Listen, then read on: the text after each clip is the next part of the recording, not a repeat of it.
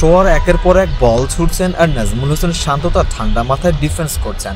বাংলাদেশ দল যখন সাগরিকায় টি-20 সিরিজ খেলতে ব্যস্ত, শান্ত তখন হোম অফ ক্রিকেটে ব্যস্ত লাল বলের প্রস্তুতিতে। এক বছর আগেও যে দলটাকে বিশ্বকাপে নেতৃত্ব দিয়েছেন, সেই টি-20 দলেই কিনা এখন জায়গা হয় না শান্তর। ক্রিকেটটা বোধহয় এমনই, আজ আপনার সব আছে কিন্তু কাল হয়তো দেখা যাবে আপনার কিছুই নেই, মনে হবে কখনো কিছু ছিলও না।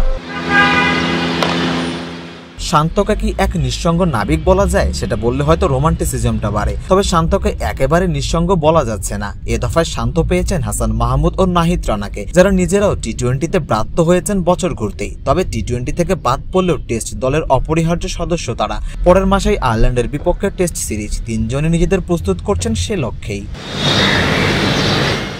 নেটে অবশ্য শান্তর এক প্রকার পরীক্ষায় নিয়েছেন হাসান নাহিদরা। গতি, বাউন্স আর আউটসুইংয়ে বারবার পরাস্ত করেছেন শান্তকে।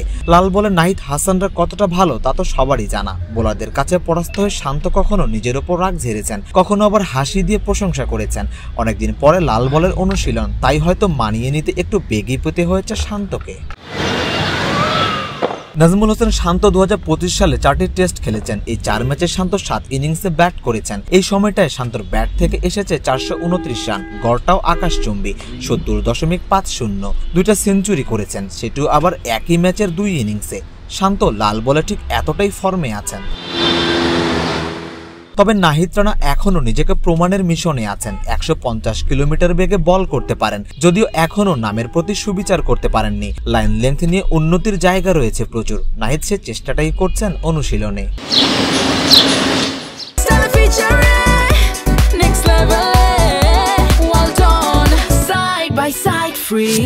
হাসান মাহমুদের চিত্রটা অবশ্য ভিন্ন। 2024 সালে 16 ইনিংসে 30 উইকেট নিয়ে লাল বলে নিজের আগমনী বার্তাটা দিয়েছিলেন। পাকিস্তান আর ভারতের বিপক্ষে দুটো 5 উইকেটও ছিল হাসানের, কিন্তু 2025 সালে এসে যেন উইকেট নিতেই ভুলে গেছেন। 6 ইনিংস বল করে মাত্র 4 উইকেট তুলেছেন, যার মধ্যে 4 ইনিংসেই ছিলেন উইকেট শূন্য।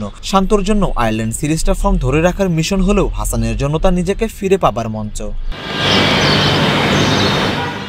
শান্তরা সবশেষ টেস্ট খেলেছেন 4 মাস আগে, মাঝে একটা লম্বা বিরতি। ক্যারিবীয়দের বিপক্ষে ওয়ানডে সিরিজ, তার আগে এনসিএল টি-20। লাল বলে সংস্পর্শে না থাকা শান্ত হাসানরা আয়ারল্যান্ডের বিপক্ষে ছন্দে ফিরবেন কি? তার আগে তিনজনেরই অবশ্য এনসিএলে 1 রাউন্ড করে খেলার কথা রয়েছে। সেখানে ভালো করে সেই আত্মবিশ্বাস নিয়ে নিশ্চয়ই আয়ারল্যান্ড সিরিজটা শুরু করতে চাইবেন নাজমুল হোসেন শান্তরা। সরোয়ার সেতু, ক্রিকেট 97।